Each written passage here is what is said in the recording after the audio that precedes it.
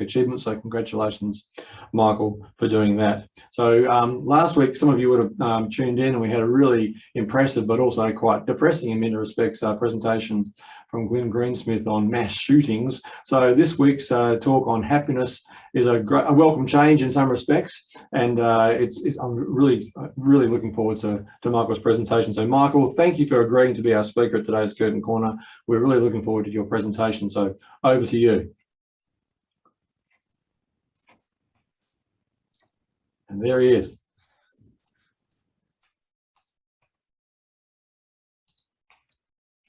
Okay, can you see those slides, John? Perfectly well. Well done. Thank you very much, and thank you very much for the warm introduction as well. So firstly, I just wanted to say, John, I had a quick chat to John before, and he was saying, look, we've got lots of people coming today, and I was sort of acknowledging the sheer hubris of this, hoping to say anything meaningful about happiness. And I'm sort of reminded of my supervisor a few years ago when he was introducing me to his wife, and he was like, oh, something along the lines of, look, Amy, look, this is Mike. He can tell you everything you need to know about happiness. And then there was this sort of really awkward pause. And while I may not myself be able to, I'm certainly hoping that I can introduce you to some of the key thinkers and ideas around happiness, because it's a really interesting idea. And I was joking with a colleague this week about maybe I should call this talk sort of how to alienate social scientists. But I really do think there's some meaningful things to be said around, the types of happiness that are meaningful, and getting a sense of what we're doing when we're measuring happiness. So I hope I'll be able to do a little bit of that with you today. So, okay, so look, in terms of my project, I'm really interested in this sort of question of the relationship between, money, possessions, and happiness. So, we all have to sort of navigate the role and the priority and the place of possessions in our lives. And it's a really interesting question, this interplay between possessions and happiness. And one of the sort of first things that got me really thinking about this was I was, doing a unit in anthropology and thinking about the role of possessions and happiness, and whether we pursue that sort of individually or collectively as societies. That's one of the sort of big questions around sort of happiness. And I was reading some work by Marshall Salins, who's a sort of prominent anthropologist, and he wrote this sort of article called The Original Affluent Society. And in this article, it talks about sort of traditional hunter-gatherer societies, and we tend to maybe have this sort of idea that these hunter-gatherer societies were living on the precipice of society, just surviving. But in actual fact, when Marshall Salins and other anthropologists have sort of spent time in these communities, they realise they're the most leisured communities in the whole of the world. And on average, some of them work 15 hours a week to create all the sort of food and everything else that they need to sort of flourish and survive and be happy. And the rest of that time's free time. And it sort of got me thinking about, many of us are working very long hours and long days, and it got me thinking about sort of the role and place of possessions and possessions and money in terms of happiness. And he tells this sort of just so sort of story, and it's from Lawrence van der Post, and the sort of Afrikaans, or the sort of South African explorer. And there's this great story where Lawrence van der Post is sort of lost in the Sahel, and he's wandering around, and they're running out of water, and they're going to they sort of going to be dying of thirst soon, and this tribe sort of rescues them and takes them to the nearest waterhole. And van der Post is, to thank them for saving his life, he's trying to give this sort of tribe his jacket, and they don't want to take the jacket, and there's this sort of interchange, and it keeps going on. And eventually he realizes, oh, look, if your society's set up in a certain way, well, you don't want 10 jackets because you've got to carry them 50 miles or 100 miles. You don't want 10 Lamborghinis or whatever it might be. And it really got me thinking about this idea of, the relationship here. And I'm really interested in, what these happiness studies, subjective well-being, and the social sciences say about the economic materialist. And they typically say that the economic materialist, someone who prioritises money and possessions in their life, is less happy than people that don't. And my research and my interest is in sort of disputing this. Yeah, so look, this is my project here. And look, now that I've sort of unrealistically raised expectations of what we might be able to actually do today, what I would like to do is just sort of touch on what we might be able to get through in this sort of, 30 to 40 minutes. And what I think will be quite useful, and look, for some of you, this looks like my typical all the jobs I haven't done around the house on the weekend list. But I think what I really want to do is focus in on conceptually mapping happiness, at least some of it, and getting really clear, getting really clear the sort of terrain or the ground that we're going to be thinking of when we think of happiness before we can even sort of get off the ground and bootstrap ourselves to make claims about prospective individuals or groups of individuals' their happiness. And I guess what I'm trying to say is that happiness is inherently complex and confusing, and I want to give a sort of flavour of that sort of complexity and that pluralism today. Okay, so so look, social science is rightly getting busy measuring happiness and discussing its causes and correlates. And what I want to say is what social science measures doesn't tell us, nothing. Social science has a really important contribution. Psychology, economics has a really important role to play in understanding happiness. When you think about sort of most of human history, we tend to think that happiness is not something that we could really aspire to control or we could directly influence. As early as Herodotus's histories, he's got that apocryphal story of King Croesus of Sardis, sort of renowned for his wealth, and Solon, the sort of exiled lawmaker from Athens, is traveling to Sardis, and Croesus is hosting him and showing him all his abundant riches and treasures. And he's trying to sort of get Solon to tell him that, he's really happy. And he goes, well, who do you think's the happiest man in the world, says Croesus. And Solon keeps deflecting and talking about other people. And in the end, Croesus gets quite angry with this and is quite a bad host. And in the end, Solon says, look, if you want to know who's the happiest person in the world, well, you have to wait till the end of their life. And at the time, this is these apocryphal Greek myths. Croesus doesn't understand this. But, eventually his kingdom is ruined. He's on the stake about to be burned, and he realizes, oh, yes. So call no man happy until, the end of his life. And this is this idea, and a controversial idea in the Greek tradition that, your happiness could even be influenced after your death. So, imagine this scenario where, you have children or grandchildren, but your children or grandchildren turn out to be thoroughly vicious people, a serial killer or something like that. And the Greeks thought, controversially, that this could still affect your happiness. And then there was this sort of, if you think about happiness, even the etymology of the word. So this comes from Old English and from the derivation of hop, meaning sort of luck. So there's this idea for much of humankind that, there's this vicissitude, this arbitrary nature of happiness, that it's very much about luck and not something you can cultivate and control. And you even see that sort of through the Middle Ages. There's this sort of, in intellectual history, this sort of stream, the Judeo-Christian tradition of, happiness is not something you should seek here and now. It's something that's like a reward in the afterlife. And so, before I get on bashing social science, I want to say I think it has a really important place. And since the Enlightenment, and particularly in the sort of, since the Industrial Revolution, there's really been this sort of this idea that with the democratization of wealth, Bergman has this great quote where he says, look, there's more people suffering from obesity worldwide today than from hunger. And more people, because of material resources, this democratization of wealth, more and more people can aspire to happiness. And it's a worthwhile and worthy goal. And, particularly in the 20th century, this sort of subjective turn through psychology and the positive psychology movement, they're making a really valuable contribution to how we think about our lives. So, moving away in positive psychology from thinking solely about mental illness and starting to explore what would optimal, sort of mental flourishing be? What would happiness be? And recognizing things that like, GDP and these other economic measures are really sort of blunt and oblique measures of happiness. So there's a very important role to be had with social science. But what I think we want to be really careful of is we want to be really clear and have some clarity about this fundamental analytical question: what is happiness? So often, importantly, we're separating out these and teasing out these questions.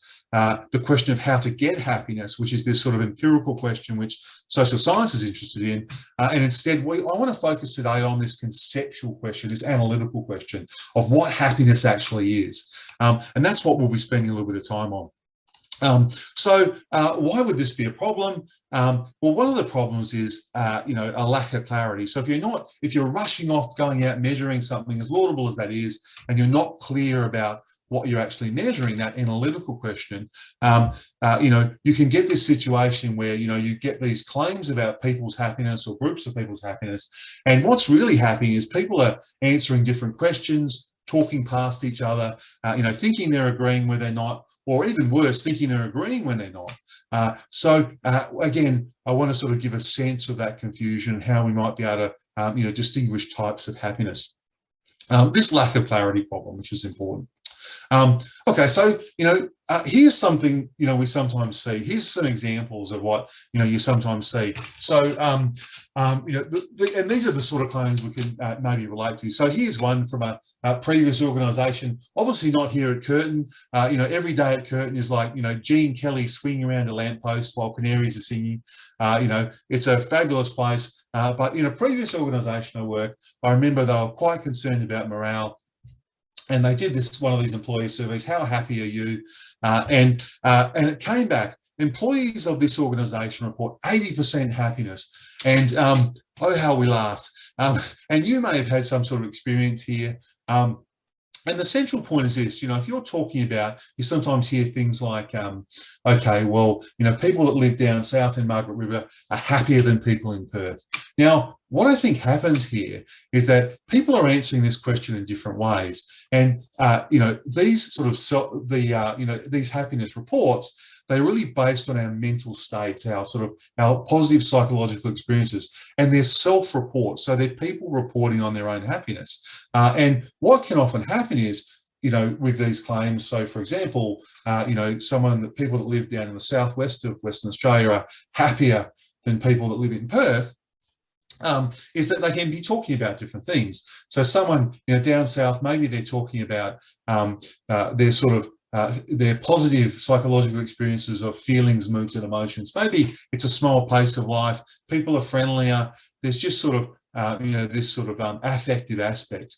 But maybe someone else, so someone in Perth, maybe they're not talking about happiness in this sort of mental state sense, but they're talking about it in this well-being sense, this broader sense that there might be these other values that are part of happiness, like achievement, like knowledge. And there's this rather sort of, surreptitious, headline here from Dan Hebron.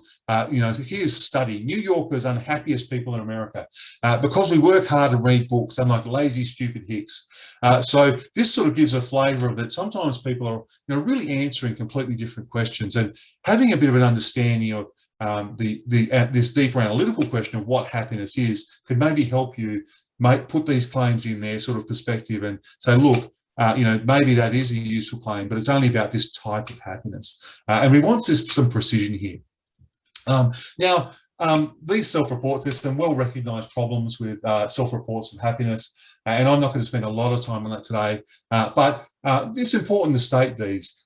So, for example, some of these surveys are very contextual. So, they'll ask you, like, how happy are you today on this scale, a Likert scale, or on a scale of 0 to 10, 10 being as happy as you can be. And they've been found to sort of be heavily influenced by things like the weather. So you might get a sunny day, people are a couple of points higher. They've primed people where, you found a $5 note they plant and you're a little bit happier. There's even some sort of quite concerning studies around, there was some colostomy patients that had colostomy bags fitted, and the patients that had, temporary colostomy bags fitted reported lower life satisfaction or happiness than the cohort of people that had permanent colostomy bags. And this wasn't because the people that had temporary colostomy bags were happier. Really, this is probably because the people that had permanent philosophy bags had just lowered their expectations of what of what their happiness was. And so there's these sort of contextual elements. There's also cross-cultural elements. I mean, I think you should take with a grain of salt these claims about different countries, like, this country is happier than that country, because of these, cultural elements. So, if I say, look, the average Australian is 7 out of 10 points happy, and someone from the southern Mediterranean is only 5 points happier, so Australians are happier. Well, there may be these cultural forces going on that really skews these sort of things. So, for example, someone in the middle, and I'm getting into sort of caricatures here, but someone in the southern Mediterranean, if you ask them how happy they are, they might go something like, "Oh, don't get me started. You want to know how happy I am?" Someone in America, they might report 9 out of 10, not because they're actually happier than Australians or people in, southern Mediterranean, but because culturally, to signify to the rest of the world that you're not happy, when written into your constitution is this sort of mythology around meritocracy and working hard, and you've got the right to the right to pursue happiness, would really be making a really stark, admission about your own failure. So what I'm trying to get at today is we want to be really cautious about the claims that are being made.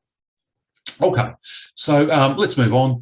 So why would this be a problem? Another problem I feel for some of these claims that are made in the media and just anecdotally around the place, and some of the claims in subjective wellbeing, is that there's problems around public policy implications. So, and one of the claims of positive psychology, and one of their ambitions, is to affect policy change.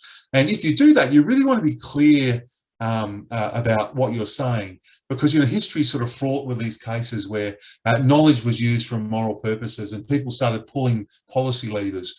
And you only have to think of things like the stolen generation, or other sort of situations. So here's an indicative claim from subjective wellbeing, and this is Martin Seligman and Ed Diner, the sort of founding fathers of the positive psychology movement. And look, here's an indicative claim. Our thesis is that subjective wellbeing should become a primary focus of policymakers, and that its rigorous measurement is a primary policy imperative, and propose that wellbeing ought to be the ultimate goal around which economic, health and social policies are built. Now, here's an example below that, and we all know about Bhutan. They want to move away from economic measures like GDP to look at the gross national happiness. And here's something. So, for example, once you start pulling policy levers, so pernicious is materialism thought to be for happiness, but the country of Bhutan has actively pursued public policy to stunt its development in society, recognising that materialistic values and cultures are associated with declines in happiness. Gross natural happiness mandates the promotion and teaching of traditional values in schools. So there's a situation where you've got this. Okay, we're measuring happiness, and we're pulling some levers, and there's an outcome. Now, you have to be very careful when you're doing this, because that you're actually measuring the right thing, or you could really go wrong. Okay, so what we're going to focus on today is just getting a sense of mental state accounts of happiness, so how we experience the world, and these sort of privilege our introspective experiences of life. But one of the claims I want to make today is that it doesn't capture the inherently sort of complex nature of happiness.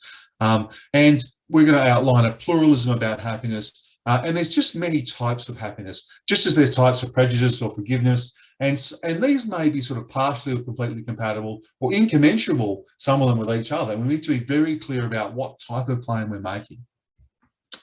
Okay.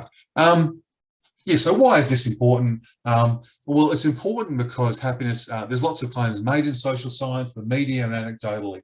And getting an understanding of what happiness is conceptually means we can be more discerning when we consider the happiness claims that others make about individuals or groups of people, like economic materialists or whoever that might be.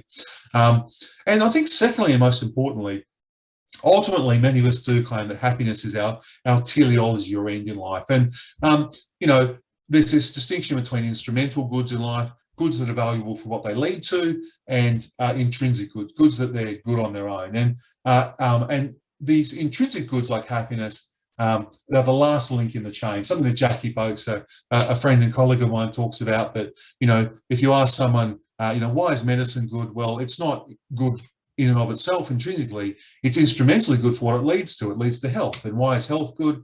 That again is instrumentally good. It's good for what it leads to. And what it leads to is, you know, in the end, when you say, well, why is health good? Because it makes you happy. And when you get to that last link in the chain, you go, well, why is happiness good? And people go, it just is. It's the last link in the chain. That's the intrinsic good. And many of us do claim that happiness is the most important thing in our life. So we want to be really clear about these distinctions about when we're cashing out what happiness is. Okay. Right, so what is happiness? And one really great way, and philosophers use these thought experiments, these intuition pumps, we call it, just a pretentious way of saying our thought experiments of how we might be able to unpack what we're talking about when we're talking about happiness. So here's this crib test, and I like to shamelessly always get a picture of my two beautiful daughters, one of them here, Georgiana, in today, how we might think about happiness. So I want you to do this if you're listening to this now, and if you have children, I want you to just sort of reimagine that first time, the first day you brought your child home from the hospital. And you're looking down at the sort of the crib and thinking to yourself how woefully unprepared you are for this journey you're about to embark on. And you go, I wish my child happiness. Now, what are you really talking about here? Well, what we're talking about, there's a part of that that's like, we want them to have, these positive feelings. We don't want them to be miserable, in pain. We want them to sort of maybe be excited, giddy, enjoy life. But it's not just how they experience that descriptively through their own psychological mental states. We also want something beyond that. So we might want them, we won't want them to be happy in terms of having positive feelings, moods, and emotions. But when we say, I want my child to be happy, we're also talking about happiness in this broader well-being sense of happiness, about leading a life that's good for them. So maybe, they might have projects and interests that are important to them. And even above and beyond that, there might be these moral aspects that are important. So when I say I wish my child happiness, well, I don't want them to be happy because they're a thoroughly vicious person. They enjoy hurting other people, or they're a serial killer. So I think this is a really useful sort of entree into understanding how we can start to pull apart some of these different tendrils of what happiness is conceptually. Okay, so we're going to focus on today. We're going to focus on, whether it's a mental state or not, and that relationship of happiness to morality. And what I want to ask firstly is one important dimension that often gets missed, and is that when psychology and subjective well-being and many anecdotal surveys around happiness and people's sometimes intuitions about happiness, they involve mental state happiness. And the first question I want to ask is happiness just a mental state or not? So is happiness just our positive first-hand experience of life? So think of pleasures and joys, the pleasure of the pleasure of sex, the pleasure of the sun on your back, the pleasure of a cold beer on a hot day. Think of pains like breaking a bone playing rugby, your lover leaving you, whatever it might be. We tend to think that these sort of psychological experiences, these pleasures, are what make up happiness, and these are mental state. These involve our mental states, our experience, and the reason these are important is because, the reason this is important and seems intuitive is because when we think about happiness, how else can we experience, how else can we experience the world except through our own senses? It just seems that enough of these positive psychological experiences over time, equals happiness. And let's face it, happiness feels good. So it sort of jives with this idea of happiness being a mental state. And also there's this intuition that, we need to be consciously aware of something for us to make us happy. So if you happen to win a lottery ticket, but you haven't checked the winning numbers yet, well, it can't, many of us say, well, look, that can't make us happy. So it seems very intuitive that it's just our experiences of how we experience positively, psychologically, that's what happiness is.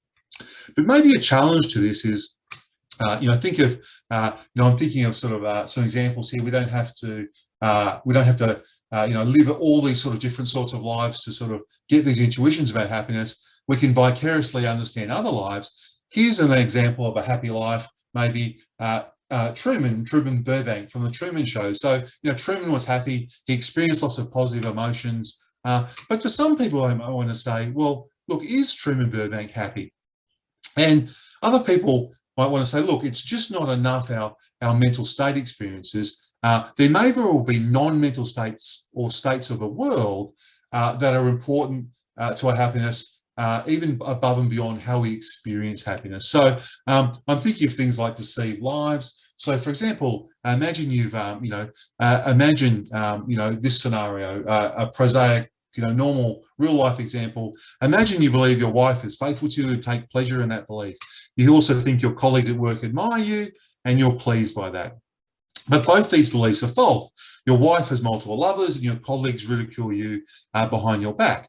Now, if you never find out about this and you continue to experience these positive, you think your wife, loves you, your colleagues esteem you, can you really be happy? And this starts to unpick that there might be these non-mental state or states of the world aspects of happiness, harking back to the Greek idea that there's this more objective goods as well in our happiness.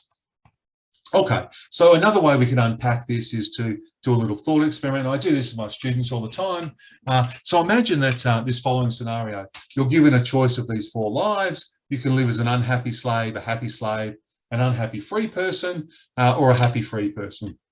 Now, do you know which life you choose? Now, obviously, when I do this in classes, most students would overwhelmingly would prefer to be the happy free person, and they would prefer not to be the unhappy slave. But the really interesting question is, when I go, look, would you rather live as a happy slave, or would you rather live as an unhappy free person? The class typically divides, and it gets this sort of 50-50 scenario. And I think what's going on here is that for some people, the people say, look, I'd rather live as a happy slave. Happiness for them is just how they experience their mental states. If you have enough positive psychological pleasures in your life, feelings, moods, and emotions, that's happiness. But for these other people who would rather live as an unhappy free person, their intuition is, look, how I experience the world is not enough on its own to be happy. And there's these other states of the world and mental states that are equally important. And and there's several sort of different challenges to. Actually, I will touch on that. So for the people that would rather live as an unhappy free person, not only is it enough that they have enough pleasure in their life, but there's these other goods of happiness like freedom or autonomy or authenticity. And what's interesting to think about, if we think about happiness in this broader context, is that how we experience the world may actually be a very unimportant part of our happiness. And Derek Parfit gives a famous experiment, and he says, look, imagine that you've just woken up in this hospital and you're a bit groggy from the anaesthetic, and you're either someone who's just had a very, very painful operation that's just been completed, or you're someone that's just about to have a smaller, less painful operation in the next 10-15 minutes. Now, interestingly, even though you'll prefer to have less total pain in your life, most people would rather have had the bigger operation, which means a greater amount of pain in their life in totality if it was in the past. So there's this asymmetry with pleasures and pains. We undervalue them if they're gone, whereas we don't tend to think that with things, other intrinsic goods of happiness, like maybe achievement or knowledge. So take this, if I said to you, would you be rather a scientist, and this is Parfit's experiment, would you rather be a scientist who had who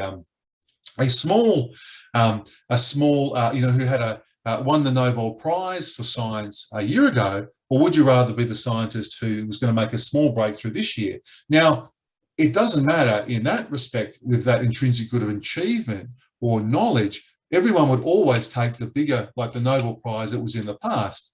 So that sort of shows you that sort of symmetry and asymmetry between our mental states and pleasures and these other happiness-making goods, which actually may be more important. And that leads to this idea that maybe how we experience the world is actually subordinate to these other happiness-making goods, if you're a pluralist about what happiness is. Okay, so okay, and there's generally seen to be they coalesce around these 6 main issues with mental state accounts of what happiness, about if it's just our am I Gene Kelly swinging around a lamppost? This sort of idea that happiness is just our positive mental experiences, psychological experiences. And there's deception, impoverishment, deprivation, degradation. And I just want to touch on a few of these in the time remaining. So we've talked about deception, deceived lives, impoverishment. This is an interesting one. So for some people, this focuses on how we generally think happiness involves having a textured life. And this pulls at this intuition that no matter how authentic our positive mental experiences are, we feel that some lives are diminished because they lack gravitas or richness. So, think of someone that just gorgeous, scratches an itch all their life. Or John Rawls, the sort of philosopher, has a great idea where he talks about this natural academic, this person who could make a great contribution to academia, but all this person wants to do is count blades of grass, and they get great joy from counting blades of grass. And for some of us, again, this points at this intuition that just how we experience the world isn't enough, that this impoverishment idea diminishes our happiness in some sense. Okay, so deprivation, degradation, so degradation, here's another a challenge to mental state accounts of happiness. This focuses on the issue whether that some people live lives that are unenviable or seemingly degrade our happiness, even if you might be getting a lot of pleasure from it. So think of someone wallowing in mud or an excrement or something like that. And this is a challenge again to those mental state accounts.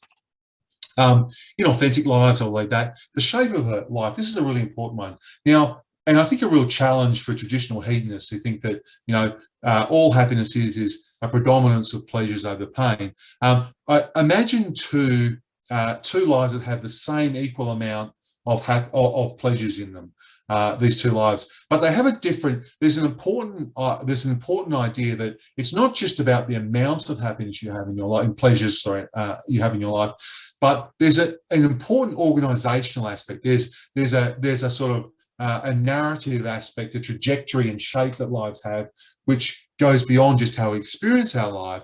That adds or diminishes our happiness in this sort of broader sense of happiness. So imagine this life, one life where you have the equal amount of pleasures, but one life starts off and, a child's born, they're dumped on the street, they have a tough upbringing, but eventually over the course of their life starts to take this upward trajectory, and, they really do well, they achieve, and they have children and grandchildren, they flourish. And that's one sort of life. And then you've got this downy life, as opposite to it, which is someone that starts off, they're born into an affluent family, everything at their disposal, have a great childhood, but they fall in with the wrong crowd or whatever, they start to take drugs or whatever, and eventually they end up in prison and their life sort of spirals out of control. Now, these two lives have the same amount of pleasure, the same amount of mental state happiness, but many of us intuitively think, well, look, we want that life that has this organizational aspect, this upward trajectory, this narrative aspect, which isn't captured by mental state accounts of happiness. Okay, so I'm conscious I'm running out of time.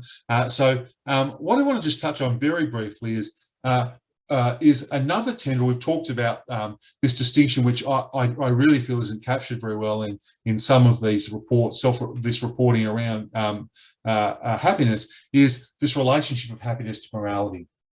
And there's different relationships. For some, leading a happy life is a moral life. Another type of relationship that is morality is necessary but not sufficient for happiness. And another one, yet again, that there's no sort of necessary connection, but morality does have a causal effect on happiness. And, generally in philosophy, we talk about the priority of virtue. This is this idea that, look, we could all be happier if we disregarded morality, if I was a real rotter, but we accept that we need to curb our happiness, our pleasures, to do the right thing, to have these other regarding notions.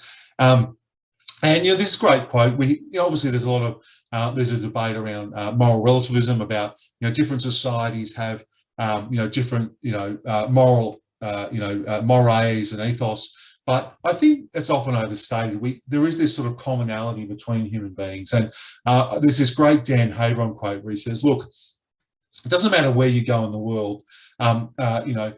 Whenever you ask someone about anyone who watches Star Wars." no one thinks Darth Vader's a good guy.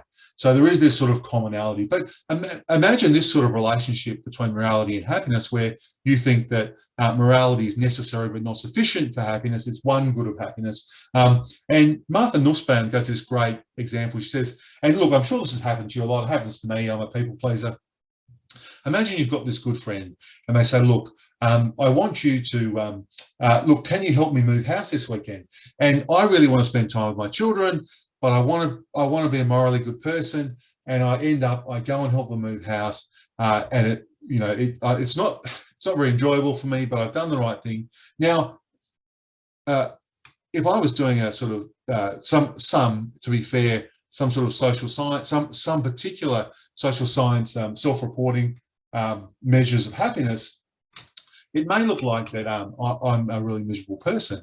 But in actual fact, because I see happiness as this broader conceptual concept where morality is an integral part of it, to me, being the right sort of human being makes me a lot happier.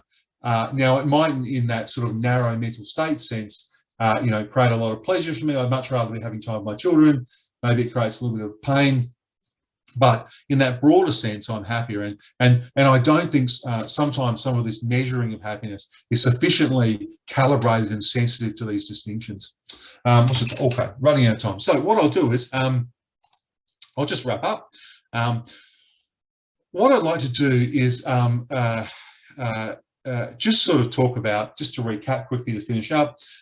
Look, there's many happiness claims made in social science, the media, and anecdotally in our lives. And getting a really clearer conceptual understanding of what happiness is really important so that you can be discerning about the claims that are being made. And also, this is important because ultimately, many of us claim happiness is an ultimate end of our life. So just in terms of key takeaways for today, what I'd suggest to you is when you hear a happiness claim, the first thing you should do is ask yourself, what do you mean by happiness?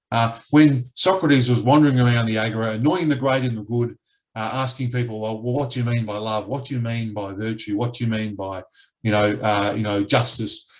You should ask yourself this question. Okay, well, this newspaper is saying people down south are happier than people in Perth. The first thing you should say is, well, what do you mean by happiness? The second is, now that I've completely trashed these amazing social scientists who do really good work, I think there should be greater interdisciplinary work between psychologists and philosophers in measuring happiness, so that not only are we getting at what we're measuring, but we're also very clear about the concept we're measuring. And one interesting tendril of an idea I'd like to explore is there's this great analogy with the philosophy of meaning of life. And Susan Wolf, an amazing female philosopher, she's written on the meaning of life, and she says, look, meaning in life, so there's this great key distinction. The meaning of life, that broad metaphysical question, may never be answered. Why is there meaning in life, life qua human beings? Now, that's a broad and deep metaphysical, it may never be answered. But nevertheless, we can park the question of the meaning of life and nevertheless understand that we can meaningfully ask about meaning in the individual life. And what she says, here's an interesting way to reconcile the objective and the subjective in meaning of life. She says, look, meaning arises when subjective attraction meets objective attractiveness. And so, for example, we all think that we should be able to, pursue meaning in ways that are happy to us. But we don't think that on its own is enough. We think there's also these objective meaningful goods, maybe relationships, wisdom, knowledge, other sorts of things, love. And she thinks that, what we should do is have a synthesis where we look at subjective attraction meets objective attractiveness. And what I think is this would be a very useful approach for social science and a great interdisciplinary project to go, listen, we've got these measures of happiness out there around mental states. They look at these subjective aspects, how we experience the world, but maybe there could be a hybrid sort of measure that could also capture these objective aspects of happiness that, we want to live lives that aren't deceived. We want to lead lives, I want it to be the case that my partner or lover loves me, or my children, my colleagues respect me and my children love me. I don't want that just to be this experience I have. I want my experience to match the reality of the world. And I think this would be a great project. So I've gone on enough, John, and gone through so I will hand over to John, and we can go from there.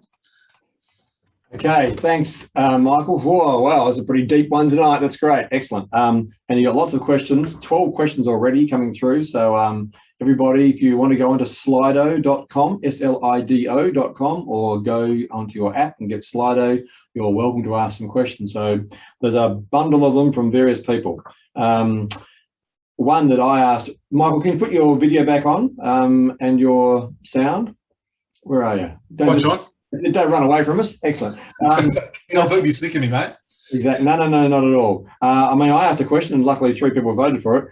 To what extent is happiness an absence, like of hunger and fear and doubts and, where the next meal is coming from and pain, as opposed to a presence like possessions and positive emotions? Because it sort of comes down to this idea of you earlier talked about the difference between happiness as, so basically it's partly its moral character, but in this case, presence, this is the whole well-being thing.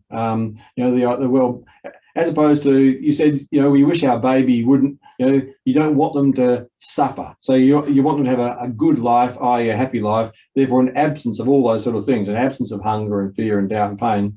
But that's different from, they might, and a lot of people in the Western world are absent those things, but they're not necessarily happy. So how much is happiness an absence, and how much is it a presence? Okay.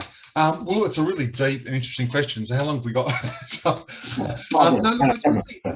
No, I do think that's a really important point. I mean, thinking about how we sort of get off the ground even with happiness, missing the things that are absent from our life. There's this really interesting idea about, and going back to Marshall Salins, who was talking about, his interaction with this hunter-gathering tribe. And his research is that, look, there's only 2 ways to get happier. That's to work a lot, work a lot more, or desire a lot less. And you sometimes see that in Buddhism and other sorts of ideas that, look, if we could just desire a little bit less, or we could eliminate desire, then maybe if happiness is this gap between what we have and what we desire, and then maybe instead of focusing on working lots harder and like you said, what we have, the present, working a lot harder, trying to, maybe we should actually really be focusing on lowering what we desire, and that sort of would give that sort of, that would maybe reconcile that tension and that gap, and maybe by a byproduct that would be happier. So I think it's a really fascinating question, and I think Buddhism has an awful lot to say about that. Okay, right. What else have we got here? Some other questions. Well, just a comment really from Rob. He put my Dorothy Dixer in at the beginning. I wanted to make sure somebody had a comment on. So Rob did this ages ago. So thank you, Rob. Rob just mentioned that while visiting poor and remote villages in PNG and in Malawi in Africa, he'd seen many more happy and smiling faces than on St George's Terrace. So which is really where you started with your Marshall Salins comment about situation in Africa too. So thank you, Rob, for that comment. Andrew Sullivan has got a few questions, but one of them is, do you think happiness is actually the teleological end, or just that that's what people believe or perceive? So they're told that's what their end should be, potentially, as opposed to actually that's not really what life's about, if you like. Yeah, well, look, I think that's right. I mean, I think our ends are sort of culturally structured. So my view is that maybe meaning in life is more important, and maybe happiness is really subordinate to meaning in life. I think that's a really fantastic point. And to be honest, I wish I thought of it myself, John. I'd like to shamelessly plagiarise. Good point. Unfortunately, I've just finished my paper, so thanks very much. That can be your postdoc, okay? You're already thanks, and in fact, Andrew, believe it or not, he's clearly on the same wavelength, because he says Alain de Botton, which many people would see and have read, talks of dissatisfaction being the gap between reality and expectation. So you just talked about that. Of course, what that can mean is it sort of lets the bad guys off the hook, because we all say, well, we don't need all that stuff. We don't need fame and fortune and glory. And yes, the world's unfair and unjust, but that's okay. I'll just lower my expectations. I mean, isn't there a potential that by doing that, you're basically allowing the world then to be run by others who don't have such modest expectations and modest demands. I think there is, and I also think there's a very important, interesting criticism of. It's very easy to get caught up in this sort of NIMB and hippie idea, and I'm being slightly cheeky here, but look, that if we could just eliminate desire from our life. Now, to me, there's a kernel of truth in that, but there's also, like you said, there's this problem that we've got to live in the world as it is. And eliminating desire also has this problem is, one of the criticisms of Buddhism and this idea of eliminating desire is that, is this really a fetishism of, a fetishism, or not owning up to the responsibility of living in the world it is? So there's this great story of, like, in Roman Stoicism, that, the sort of, the messenger comes to the great Stoic sage and says, giving him the news that his son has died. And the Stoic sage says, "What is it to me? I did not know that I had begat a mortal." And to me, that just shows ill feeling, unfeeling. Like, the fact that you could disengage yourself from desires in the world, that you could be so, unemotionally responsive to the pains in the world that are important, that make us more human, that add to our happiness. I mean, many of the pains I've had in my life, and I'm thinking of, I would give a little bit of unsolicited advice here, John. If you want to make yourself miserable, do write a doctorate on happiness. But nevertheless, it has provided a lot of meaning. So, okay, fair enough. Igor Bray, hi Igor, great to have you on board. Asks, we have to talk about degrees of happiness. Happy slave is a contradiction in terms for most people, and an unhappy free person may not actually be all that unhappy. If, I guess in particular, if they think the purpose of life is not to be happy, but to pursue justice or freedom or whatever. So, is a happy slave a contradiction in terms or not? Like your Truman Show guy really doesn't even realize he's a slave. He's a happy.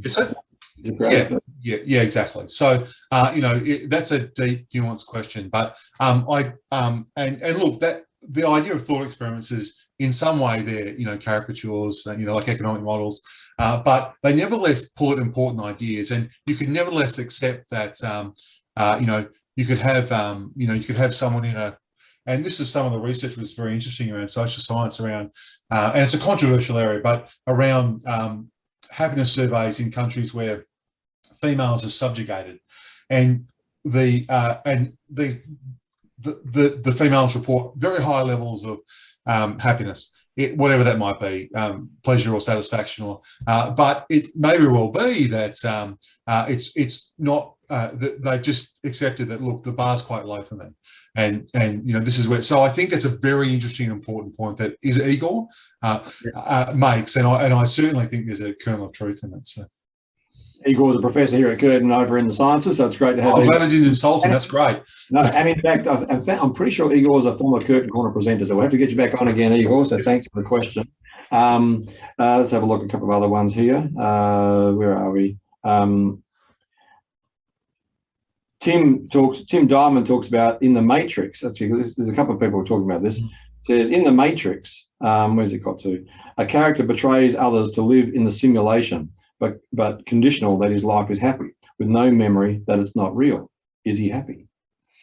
Yeah, and that's my central claim here around mental state happiness. That look, and there's this tension between and this subjective turn the last 100 or so years. That, like, look, happiness is just how you experience the world. And so if you think of the Matrix, if you're plugged into the Matrix, you're experiencing the world as happy. And that might be enough for some people, but for other people, they want it to be the case, these experienced machine experiments or the Matrix. Like, I don't want it just to be the case that I'm plugged into some machine and I can have any experience I want. I can climb Mount Everest. I can, win the 100 meters at the Olympics. I can discover cold fusion. I can, do a line of coke off a supermodel's hip bone, whatever it might be. But in reality, I want it. I don't want to just be in this experience of the Matrix where I think that my wife loves me.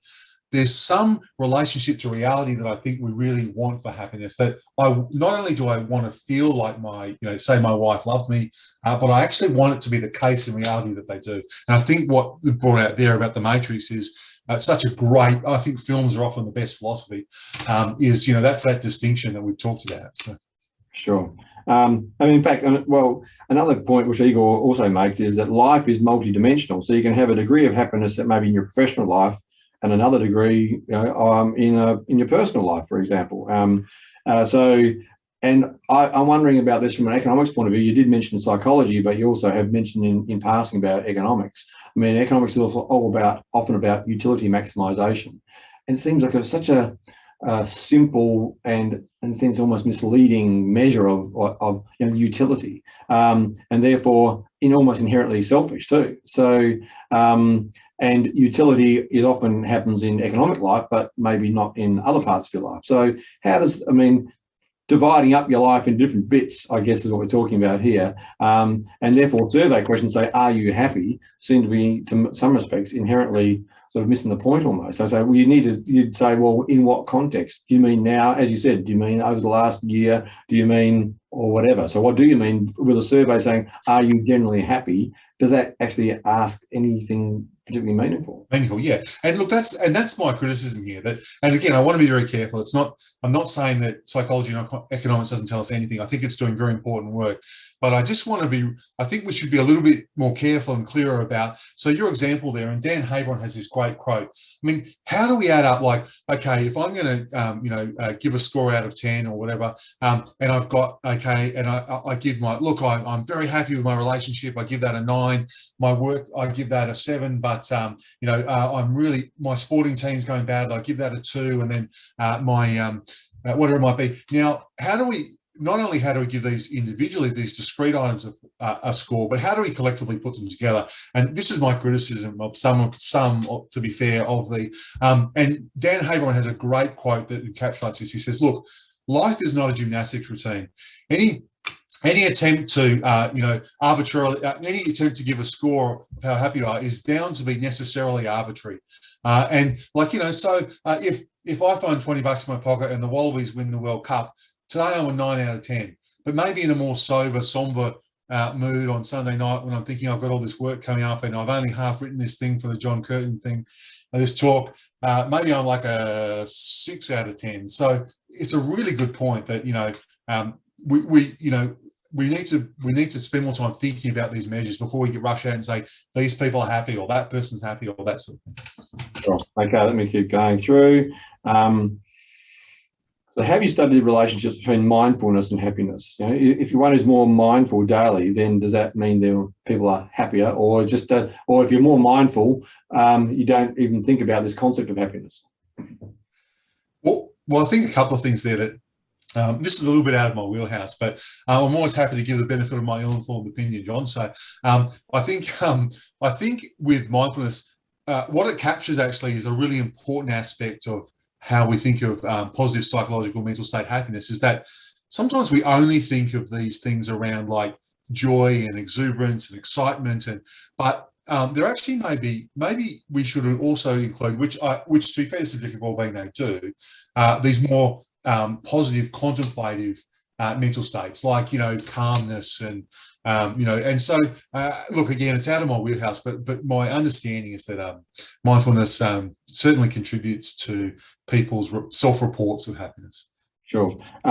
You did mention, but right towards the end there, about that quote about objective versus subjective happiness. I'm trying to remember what the exact quote was, but Andrew asks, is happiness something that can be objectively measured? Because you did talk about that just towards the end. So and that's what, of course, as you just mentioned, psychologists and economists will ask people, and maybe whether they split it up or do it collectively as a composite. But is it even measurable? Is it a useful thing to even do? Well, look, I'm optimistic, and the way I look at it is this: I think that there's been a lot. It's very important how we experience the world from our own perspective. It would be cruel and unusual to say, listen, and the Greeks thought of happiness as almost overwhelmingly objective. There's objective goods in life like relationships and virtue and something, and if you've got that, you're happy, and it doesn't matter how you experience the world. I think that's what psychology gets right. I mean, we can't escape how we feel about the world. So there's this important first person perspective. But there is, I think, also, which gets neglected, these important objective goods. So, and that's what I was bringing out with some of those distinctions, that look, yeah, sure, it's important I feel like my wife loved me, say, for example. But if I never found out my wife was having an affair, or my colleagues, then there's some objective fact about the world that you might want to say, Mike's really not as happy as he thinks he is. And my hope is that, if you take objective measures, like, it is a rough and a bleak measure of an aspect of happiness. But if you took, say, GDP, and you could even do intra-person reports where you go, often we're not well placed to know our own happiness. And I know in my own life, there's been times where other people were better placed. They go, my friends or my family would go, when I was younger, and, no, this is a caricature, but say I was drinking heavily and partying, I might think I'm happy because I'm experienced, but other people might be, you might be able to, interview other people. Might go, no, Mike's really not happy here. He's acting out. There's something going on. And so that's my hope, that there's this way of avoiding the problem with objective measures of happiness, that it can be paternalistic. I mean, this is the subjective term in modern society. I mean, who is anyone to tell me how I want to be happy? And so we want to get away from paternalism, but I think there's maybe this synthesis. If we could work out some way together, I think we'd have a far more rigorous measure of happiness. So, to get back to my example I keep returning to, like, if you could measure, yet Mike, thinks his colleagues really like him, so he self-reports, and then it's actually a reality that some of them do like him and they don't hate me, well then, and they self-report that, well, that to me would be a far more reliable, and it's about an approximation. It's not about ever reaching this objective truth, because it's a deep epistemological question about, what we can know. But I think we can definitely, have a really interesting synthesis of those. Can you apply that same logic at a more collective level? Because I'm just thinking about, one of the great criticisms of capitalism, of modernity, is people are pursuing happiness through material possessions, which you talked about at the beginning. And you could maybe, and as people get richer, Maslow's hierarchy of needs, as they get richer and they've got more comfortable, that's objectively potentially a good thing. But of course, if objectively what's also happening is the world's getting destroyed, e.g. the IPCC report this week on climate change, we could all be racing along towards the cliff, getting happier and happier and happier, not realising, although in this case we have no excuse, actually this is all in the background.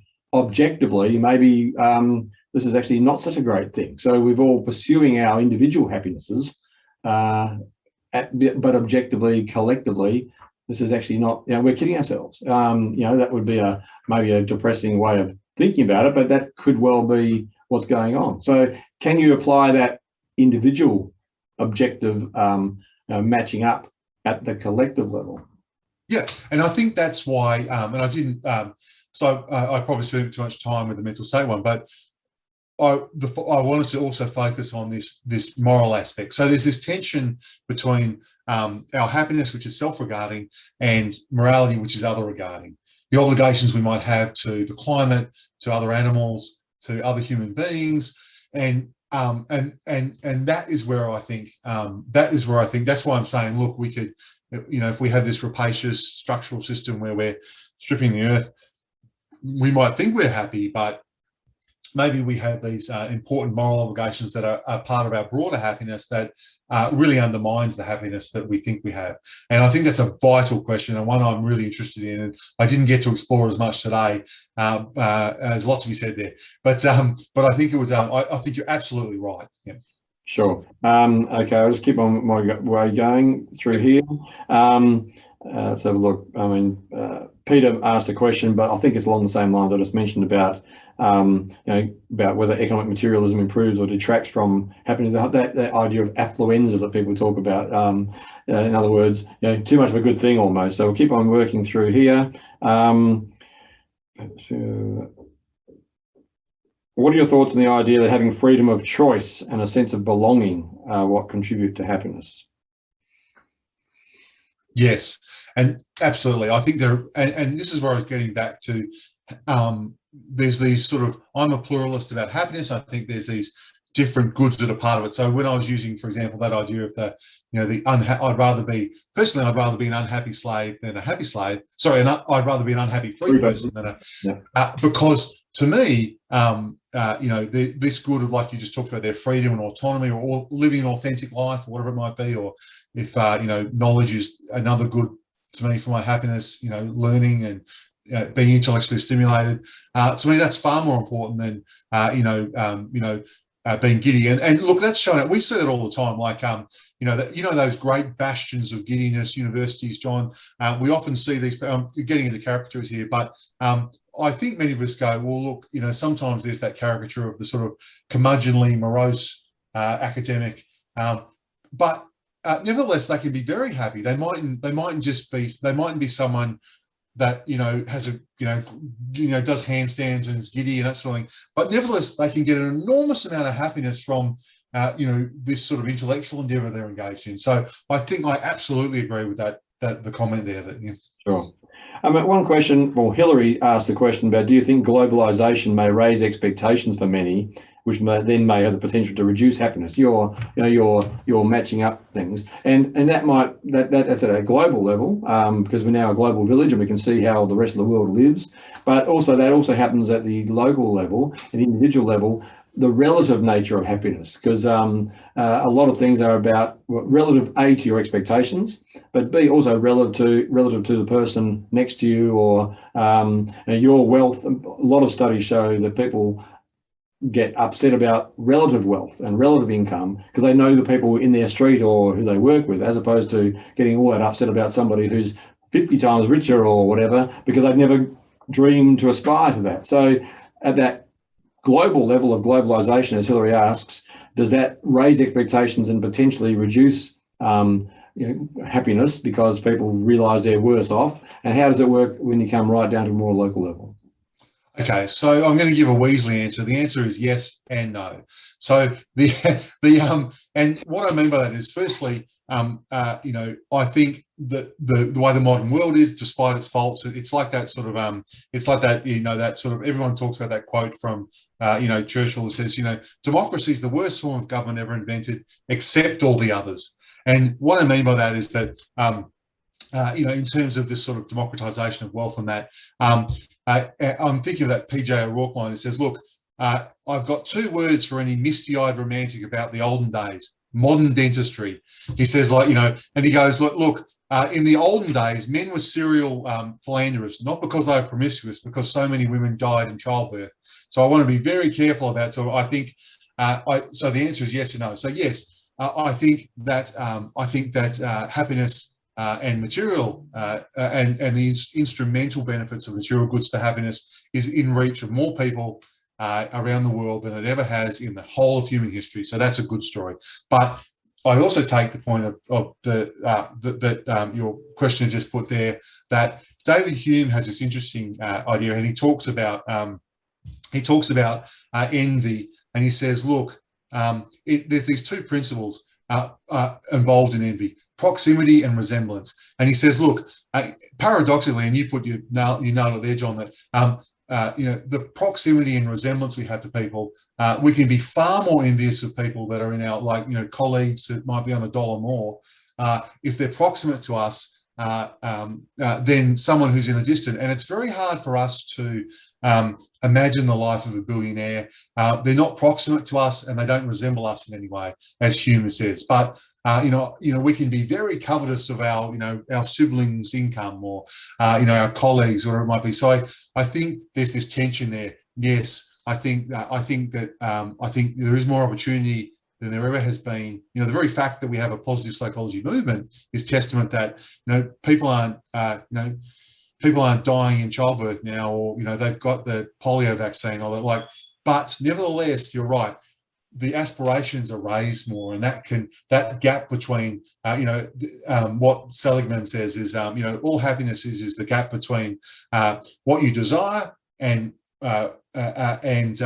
what you have materially. And I think with advertising and the consumer culture and materialism, we all these buy into this mythology around we can all be billionaires. We just have this great, every student in the business schools, like, I'm going to have the next app that's going to so I think it's a really nuanced and important point that you're talking about. Okay, thanks. Let's have a look here. I mean, more of a comment really saying that is happiness simply a decision that one can, or is happiness a decision one can take for oneself?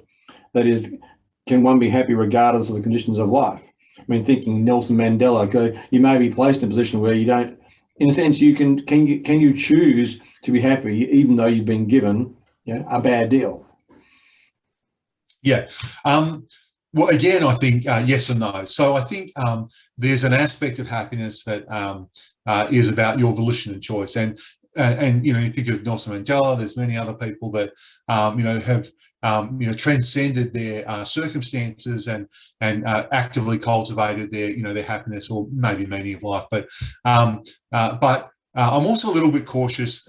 We sometimes get sold this in the modern world. Just think yourself happy. Like just have a positive mental attitude, and we just need to be careful that maybe happiness, we all know about our genetical happiness set point, which we tend to return to, and there's a lot of evidence around people that win lottery and they have a temporary spike in their happiness, and over time they tend to return to you. So I think it can sometimes be a bit of a pernicious myth that you can just think yourself happy, because for some people, if that doesn't happen, you might think, well, there's something wrong with me, or I'm, so I think again, I think and the answer is that, like many things, it's never one thing, and our agency is structured. So yes, we can increase our happiness. I think the positive psychology movement does a great job in really focusing on ways that we can more effectively become happy. But we also want to be careful of thinking that we can just think ourselves to happiness, because that may not be possible. So if we ourselves can't just do it like that, what about public policy? Can public policy or government contribute to happiness? And if so, how could it do that? Because it's often talked about. I mean, you said, that's one. I think you gave a quote before about that's actually the ultimate goal of public policy, because there's a lot of debates about what is the goal of public policy. Is it wealth? Is it justice? Is it whatever? So, and the economists have come up often now saying, well, happiness, i.e., utility potentially is the goal. So, is it? And if it is, could public policy contribute to happiness? Absolutely. And I guess if I'm going to be nuanced, my beef isn't with this idea. I think it's incredibly important that we try and measure what happiness is, and that at our government level, at NGO level, at UN level, that we work collectively towards public policy that facilitates happiness. But I guess my beef is more that sometimes I'm very skeptical of some of these claims that have been made, because they're only, they've rushed to measure stuff. Yes, these people are happy, or that's happy, or this causes happiness, or this correlates with happiness.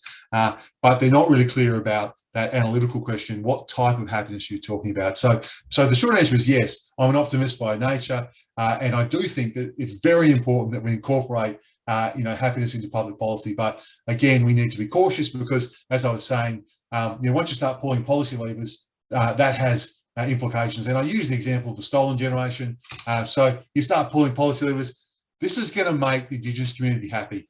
Well, no, it's not, because you're not measuring the right thing. And so, look, I don't want to get into the weeds here, but I think you get a flavour of what I mean there. Sure.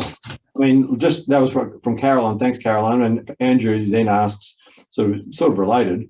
So do you think our inability to agree on our teleological end, i.e. what the point is, limits our ability to hold government accountable? Because governments don't have to be clear about the outcomes they're pursuing.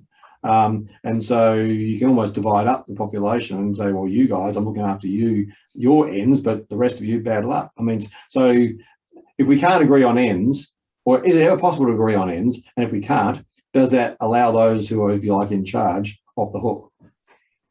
Okay, great. That is such a great question. We're recording it. Okay, you can go back and work out how you can answer it later on. Okay. Yeah. No, look.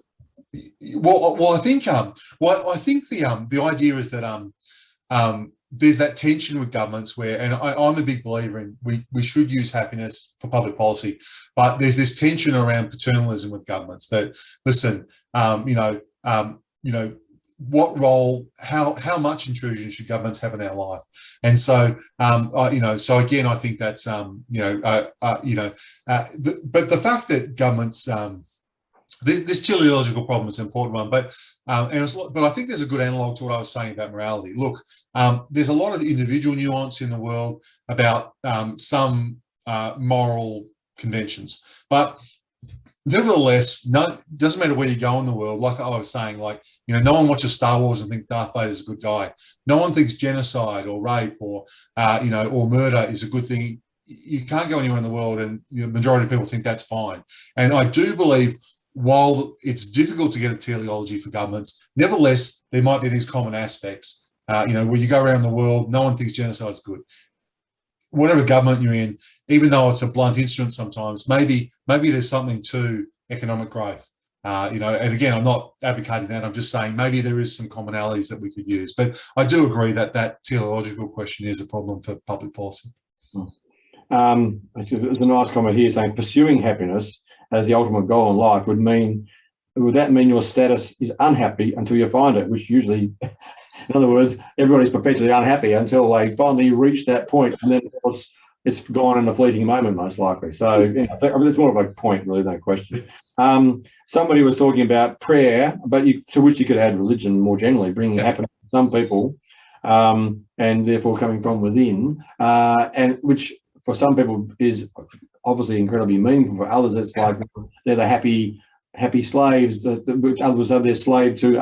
It could be a religion, or it could be to materialism, or whatever.